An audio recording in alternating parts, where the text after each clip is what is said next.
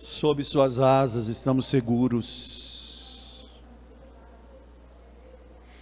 Vamos ler em 2 Crônicas, capítulo 7, versículos 13 ao 15.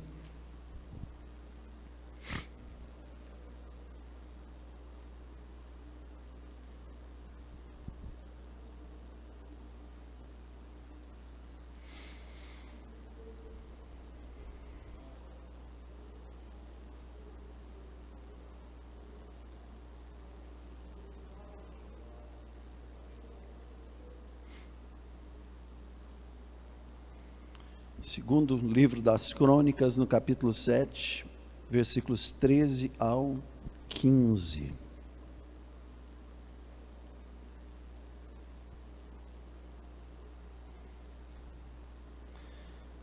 Diz assim: próprio Deus, se eu fechar os céus e não houver chuva, ou se ordenar aos gafanhotos que consumam a terra, ou se enviar a peste entre o meu povo, e se o meu povo que se chama pelo meu nome se humilhar e orar e buscar a minha face e se converter dos seus maus caminhos, então eu ouvirei dos céus, perdoarei os seus pecados e sararei a sua terra.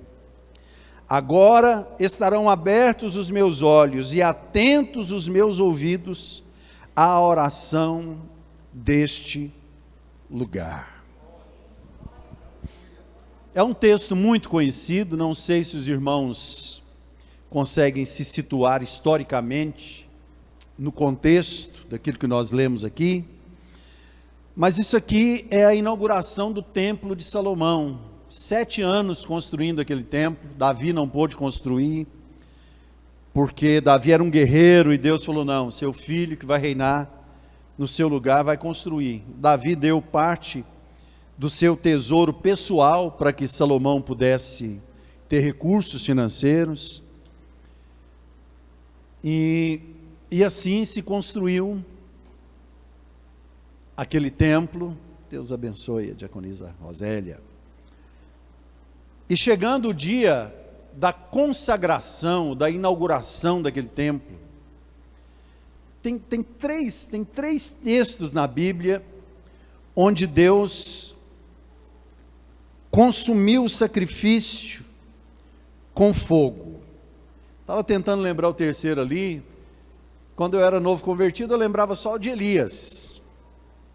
Mas esse também foi um momento em que Salomão sacrificou lá não sei quantos mil bois, quantas ovelhas, e eles davam 7 passos, sacrificava tantos animais, dava mais.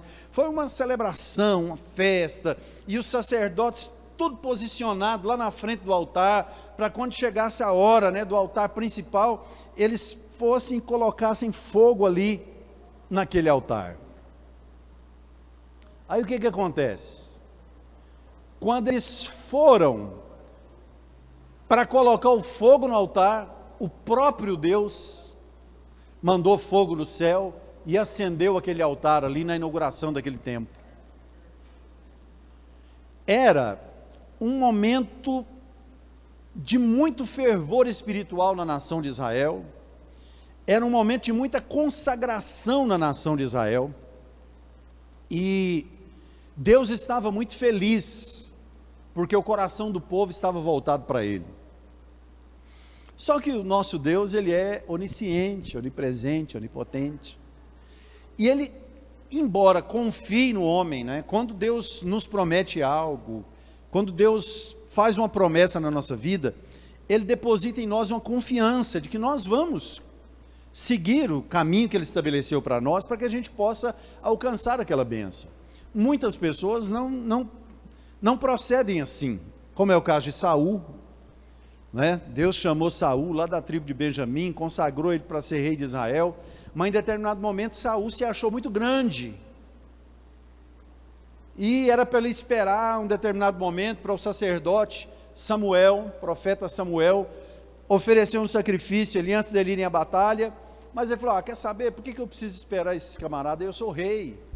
Aí ele foi, ofereceu o sacrifício ele mesmo, depois ele poupou os inimigos que não era para poupar, E Deus então rejeitou a Saul e escolheu a Davi no lugar dele. Tem pessoas que simplesmente, não é? Deus confia, Deus entrega para eles uma promessa, e Deus espera que eles cumpram, mas o homem é falho.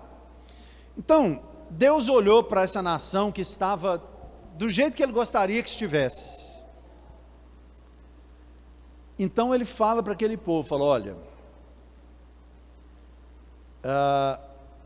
se por acaso, está tudo bem,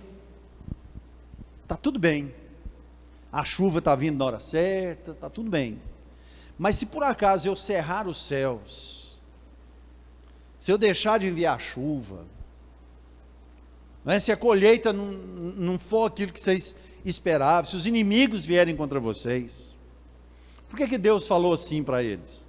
Porque havia a possibilidade deles se desviarem daquela situação que eles estavam vivendo ali.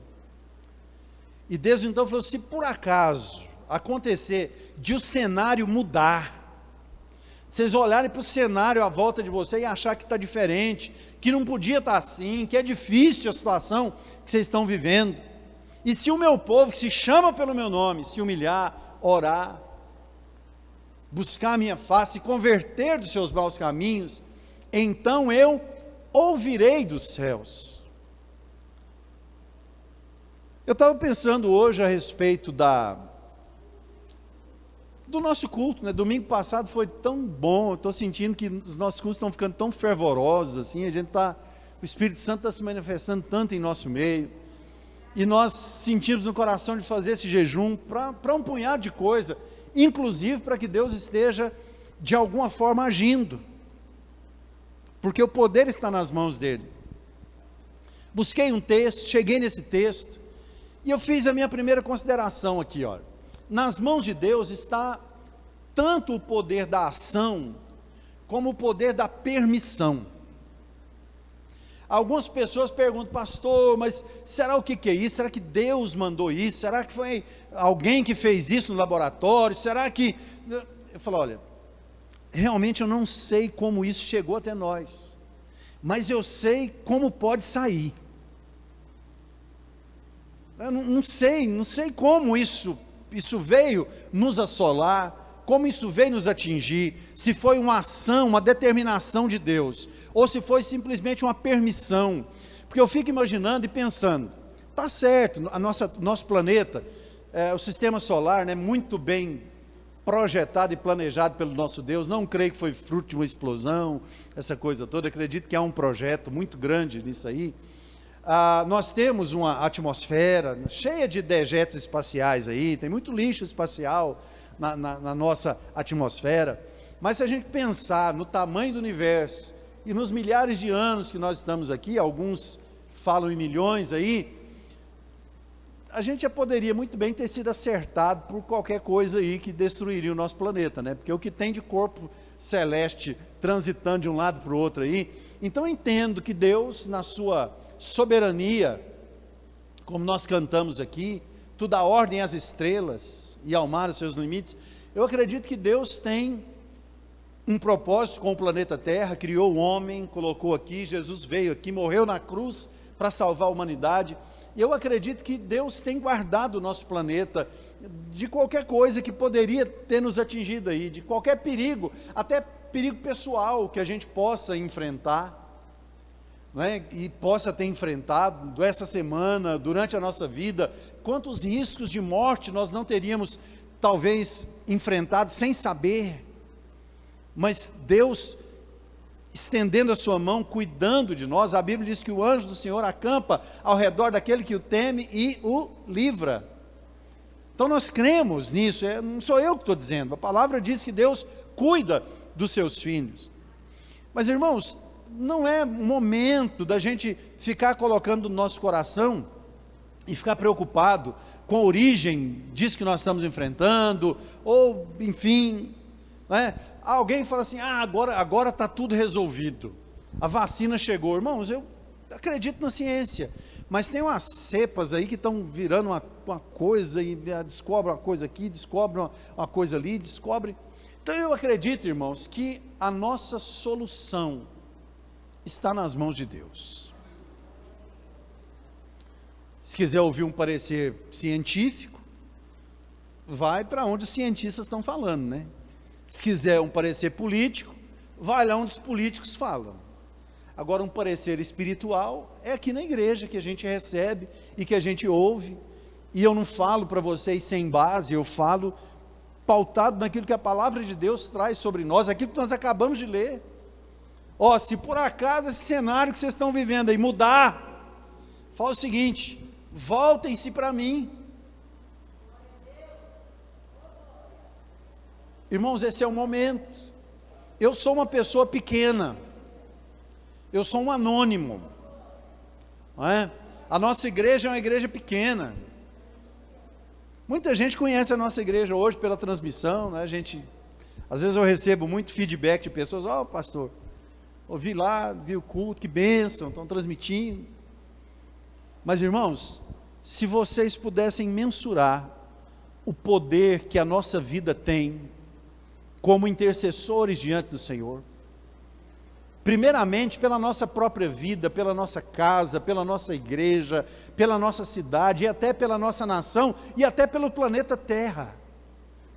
A única coisa que precisa acontecer é Deus olhar para cá e ver um coração inteiro diante dele, porque o Senhor declara, Ele nos dá o caminho, não é? Ele diz: buscar-me-eis e me achareis, quando me buscardes de todo o vosso coração. Eu não estou dizendo para a igreja desacreditar de nada que está surgindo por aí. Quem me conhece, né? Os visitantes talvez não me ouçam falar. Eu não me coloco nessas coisas. Isso aí, você não precisa desacreditar nada disso. Só que nós precisamos entender que acima de qualquer coisa humana que surja por aí, existe o nosso Deus, que manda e desmanda, e que tem poder para varrer tudo isso que nós estamos enfrentando aqui, ó, da face da terra, e acabar com tudo isso. A gente não precisa ter essa ousadia, mas hoje nós estudamos sobre ousadia na escola bíblica dominical, e aprendemos que ousadia não é inconsequência. Ousadia tem a ver com coragem, envolve planejamento. Quem veio na escola bíblica dominical aprendeu isso muito bem hoje. Tem gente que fala assim: eu vou ser ousado, aí ele atravessa a rua sem olhar para os lados. Não, isso não é ousadia. Não é? Ousadia é você encarar um desafio maior que você pode enfrentar, confiando em Deus. A nossa lição fala da confiança em Deus, a lição da escola bíblica que nós estudamos hoje, a nossa palavra ministrada agora também fala sobre a confiança em Deus. Ousadia é você olhar para um desafio que é maior do que você, sabendo que o seu Deus é maior que o desafio, e pela fé você enfrenta aquela situação. Por quê? Porque não tem outra pessoa para enfrentar. Aí eu faço aquela célebre pergunta, né? Se não você, quem? Às vezes a gente quer deixar para outro, né? Os irmãos vão orar, os irmãos vão fazer, os irmãos... Não, irmãos, eu tenho uma família linda e abençoada. A pastora Liliane e a Sara aqui comigo, a Isabela lá em Rio Verde com o Paulo, né? Nosso genro. A gente ora pela nossa família, irmãos. A gente ora pela igreja. Tem o círculo de oração aqui, a pastora Liliane vem me representar aqui todo dia cedo, orando, né?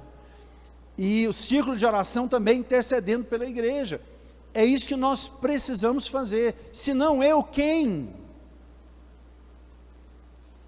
Então Deus olhou para aquela nação e falou assim: olha, se o cenário mudar, se a coisa ficar diferente do que está, não importa de onde veio, né? Não importa se foi o próprio Deus que cerrou os céus, que enviou gafanhoto, que, enfim, importa é que, diante de uma situação de adversidade, Deus nos orienta que nós precisamos primeiro nos arrepender. Pastor, arrepender de quê? Irmãos, eu não conheço a vida íntima de cada um. Conheço a vida de algumas pessoas aqui, enfim, a gente sabe de algumas situações, não é, que as pessoas compartilham com a gente, até da vida pessoal, enfim.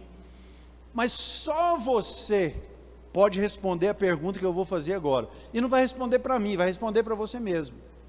Será que você poderia servir a Deus melhor do que serve? Não responda para mim, responda para você.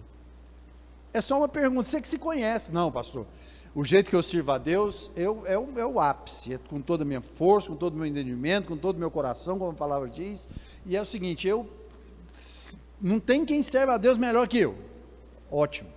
Mas se você olha para a sua vida e fala, não, eu amo meu Deus com todo o meu coração, sou fraco, tenho as minhas fragilidades, minhas fraquezas, mas Deus sabe que eu amo, e eu posso fazer um pouco mais, eu posso de alguma forma servi-lo, não é? Melhor do que eu tenho servido. Isso é um dos passos que nós encontramos, irmãos, para encontrar o avivamento de Deus na nossa vida, e a resposta para as nossas orações, não é? A proteção e a provisão da nossa família, quando a gente se volta para o Senhor. Não sei como isso chegou até nós, mas de qualquer forma Deus permitiu que chegasse. E o que a gente precisa fazer com esse cenário, com essa situação?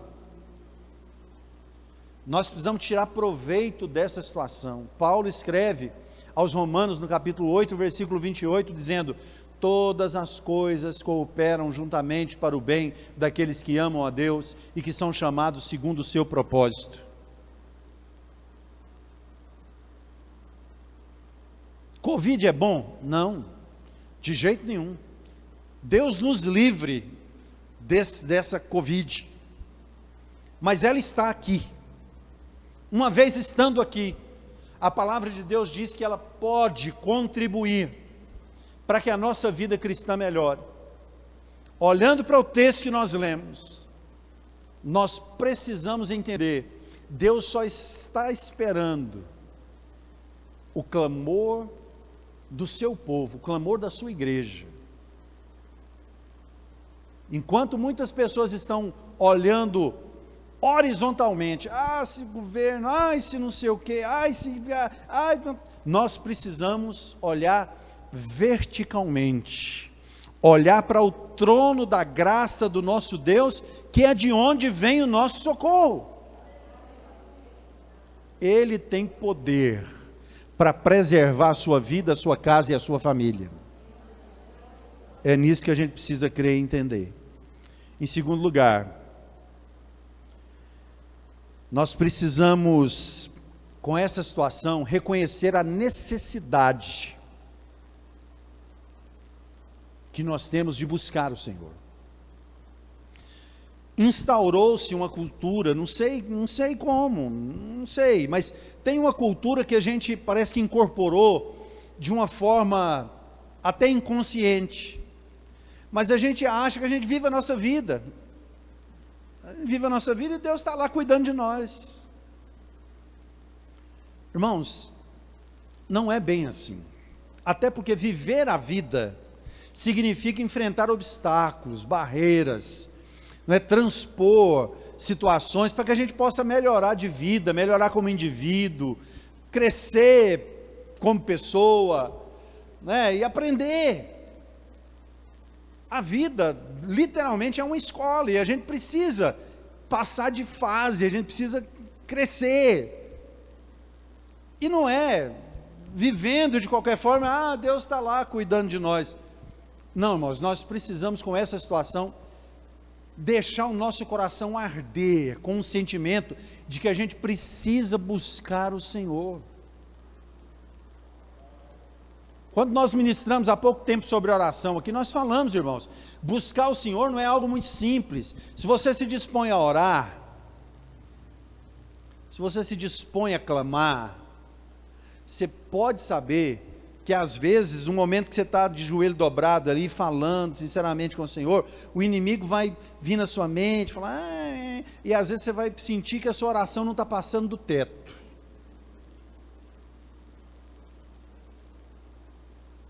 Isso acontece com todo mundo. O que a gente precisa fazer? Primeiro a gente precisa crer, de todo o nosso coração, que quando nós nos colocamos diante do Senhor, Ele está ouvindo o nosso clamor. E há uma batalha espiritual travada. Se você ler o livro do profeta Daniel, eu acho muito interessante isso aí, eles instituíram esses jejuns de 21 dias, e eu não condeno ninguém, se alguém de algum departamento um dia fizer aqui, eu não vou reprovar, mas Daniel nunca fez uma campanha de 21 dias, como o pessoal fala, campanha de Daniel, 21 dias, Daniel nunca na vida dele fez uma campanha de 21 dias, Daniel teve um sonho, teve uma revelação de Deus, e ele ficou muito perturbado com aquilo, e ele falou assim, eu vou buscar a Deus para Ele me revelar isso aqui, para eu saber exatamente o que é que Ele quer me mostrar.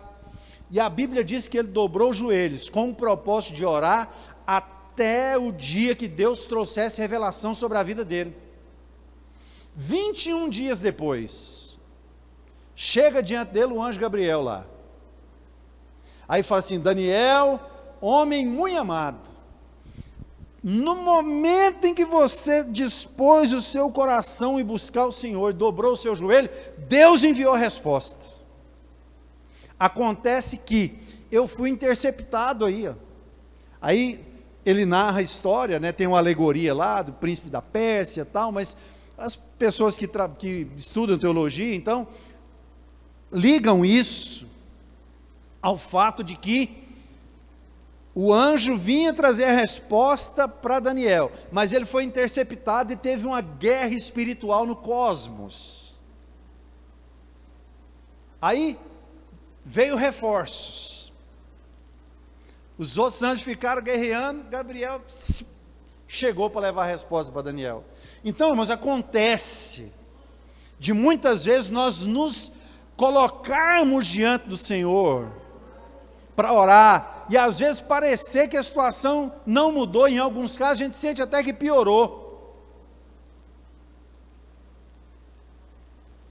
Em alguns casos a gente sente, fala, parece que, e tem gente que tem medo de orar, fala, não, eu não vou, não, porque parece que quando eu não oro, parece que quando eu começo a orar, parece que o inimigo se levanta para cair. O nosso papel é crer no nosso Deus, o nosso papel é colocar a nossa vida e a nossa casa e a nossa igreja diante do Senhor, sabendo que Ele está ouvindo o nosso clamor, ainda que a nossa carne não sinta. Mas se você persistir, se você batalhar, aquela presença que a gente estava sentindo aqui no momento do louvor, que ainda está ardendo do meu coração, vai invadir o lugar onde você estiver, e você vai transbordar em línguas, e você vai perceber que Deus está pertinho de você, mas essa situação precisa despertar em nós a realidade de que nós necessitamos de buscar ao Senhor.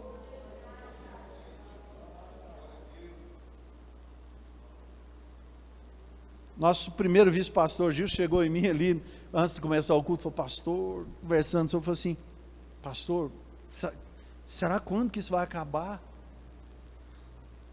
Eu falei, eu não sei. Irmãos, não cabe a nós saber,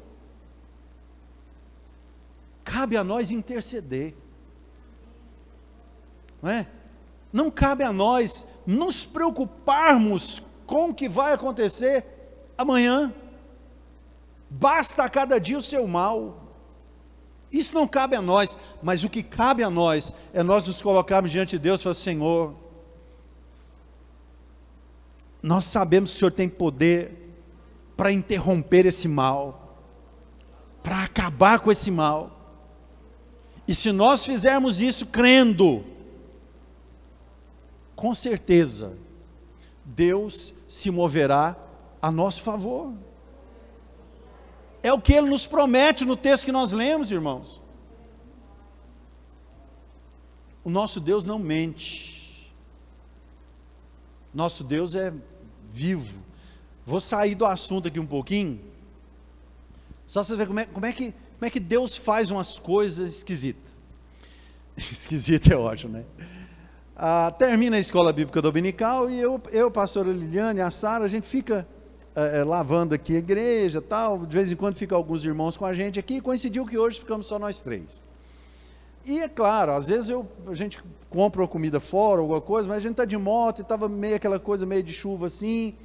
Aí antes de ir, tem uma peixaria aqui do lado, aqui de vez em quando a gente compra um filezinho de tilápia lá para fazer. Aí a pastora Liliane falou assim: o que a gente come hoje no almoço, hein? Será que a gente compra uma carninha de porco ali? Eu gosto de uma carninha de porco, né? Frita e tal. Ou compra um peixe. Eu falei: está mais perto aqui a peixaria, vamos comprar um peixe, né? Beleza, aí a pastora Liliane, chegamos lá em casa, tal, ele foi fazer a comida, o peixe já estava lá na grelha. Chega uma anja lá, né? Não é a Ângela não, eu falei uma anja. Não, foi uma anja, não foi uma Ângela não. A Joana chegou lá com as...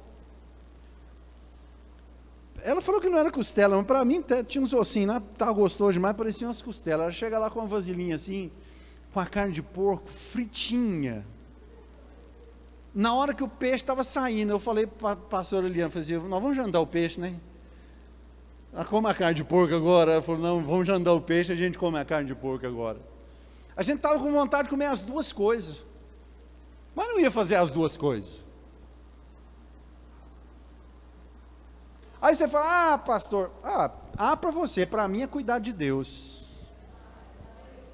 Eu prefiro pensar que aquele salmo que diz assim: deleita-te também no Senhor, e Ele concederá aquilo que deseja o seu coração, se cumpre nas coisas grandes, nas coisas pequenas. Nosso Deus é vivo, sabe? O nosso Deus, Ele é pessoal, Ele está conosco, Ele sabe aquilo que você espera, aquilo que você deseja, aquilo que você quer, e Ele cuida de nós, como nós cantamos aqui tantas vezes, nos mínimos detalhes.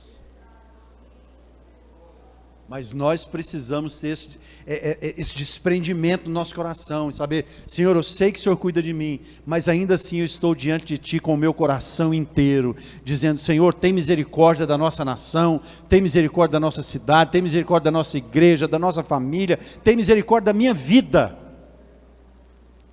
E assim o nosso Deus nos dará a vitória. Por último, a atitude do Espírito é que move a mão de Deus. Se você pudesse ver o meu esboço aqui, onde eu escrevi esse tema aqui, você iria ver que eu coloquei Espírito com letra minúscula. Quando a gente escreve Espírito com letra minúscula, é o nosso Espírito. Espírito com letra maiúscula, com E maiúsculo, é o Espírito Santo. A atitude do Espírito é que move a mão de Deus. Como assim?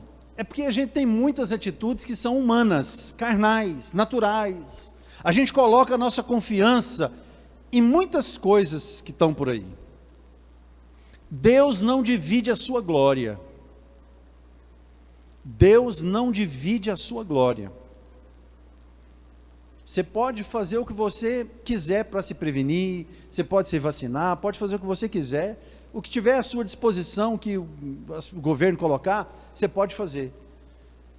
Mas acima de tudo isso, você tem que entender que o que vai te dar a vitória, a proteção, não é? A salvação dessa situação que nós estamos vivendo, é única e exclusivamente o Senhor. Nós precisamos de ter atitudes espirituais. E o que seria uma atitude espiritual? É o que Deus descreve. Se voltar para Ele. A gente precisa de lembretes. A gente é esquecido. Eu sei que você aqui agora ouve uma palavra como essa e fala: é verdade, eu preciso buscar mais o meu Deus, é verdade, eu preciso estar mais na presença do Senhor. Mas a gente sai daqui, vai ver o finalzinho do Fantástico, e logo a gente vai para a nossa rotina semanal e entra na mesma rotina. O que a gente precisa fazer? Coloque lembretes no seu celular. Sei lá que hora que você tem um tempinho, sei lá que hora que você dorme, que hora que você levanta. Você levanta às 5 da manhã, coloca ali 4h45 da manhã, um lembretezinho, Fala, não, esses primeiros 15 minutos do dia, eu quero apresentar minha vida ao Senhor, eu quero apresentar a igreja ao Senhor, porque não é só no dia que você está jejuando que você vai orar todos os dias. O jejum é um dia só que a gente estabeleceu para o senhor não ficar jejuando todo dia, mas orar é todo dia. Então você vai entrar na presença do Senhor. Se você às vezes se envolve com tanta coisa, e às vezes o tempo passa e fala, hoje eu não orei, coloca um lembrete, o celular você coloca ali para despertar todo dia, não é? E naquele lembrete você fala assim, é hora de buscar o meu Deus. Irmãos, nossa igreja vai experimentar um avivamento, nossa igreja vai experimentar milagres, a gente não consegue entender, você não sabe porque Deus age da maneira que Ele quer agir, mas essa orientação que Ele nos deu, de nos voltar para Ele, com jejum e oração, buscando a face dEle, e é claro, cada um examinando a sua vida, no que precisar converter e mudar, cada um tomando essa atitude e agindo assim, eu tenho certeza absoluta, irmãos, o meu coração arde, eu tenho essa fé em meu coração, que nós vamos ouvir testemunhos aqui, não é? Eu continuo orando pela vida da irmã Divina, continuo orando, a situação dela inspira cuidados, é uma situação grave, Deus pode fazer um milagre na vida dela, Ele é soberano, Ele é que faz, Ele é que cuida, Ele é que sabe, mas a minha obrigação é até, em toda situação, em qualquer situação, me manter orando, não é? Não considerando essa enfermidade maior do que o nosso Deus, mas considerando o que de fato é, o nosso Deus é muito maior do que essa enfermidade. Mas para isso, irmãos, para isso, eu quero que você encare esses dias que nós estamos começando hoje, até o último dia do mês de março, foi o tempo que Deus colocou em nosso coração, para que a gente faça. Encare isso como uma questão que de fato é de vida ou morte. Encare isso, sabe? Saiba, primeiro, que o cenário que nós estamos vivendo é um cenário ruim. Mas saiba, antes disso, que o nosso Deus muda cenários, o nosso Deus muda histórias, e o nosso Deus faz milagres. Que nós possamos nos voltar para o Senhor, crendo que Ele ouve a nossa oração e ouve o nosso clamor. Você crê nisso?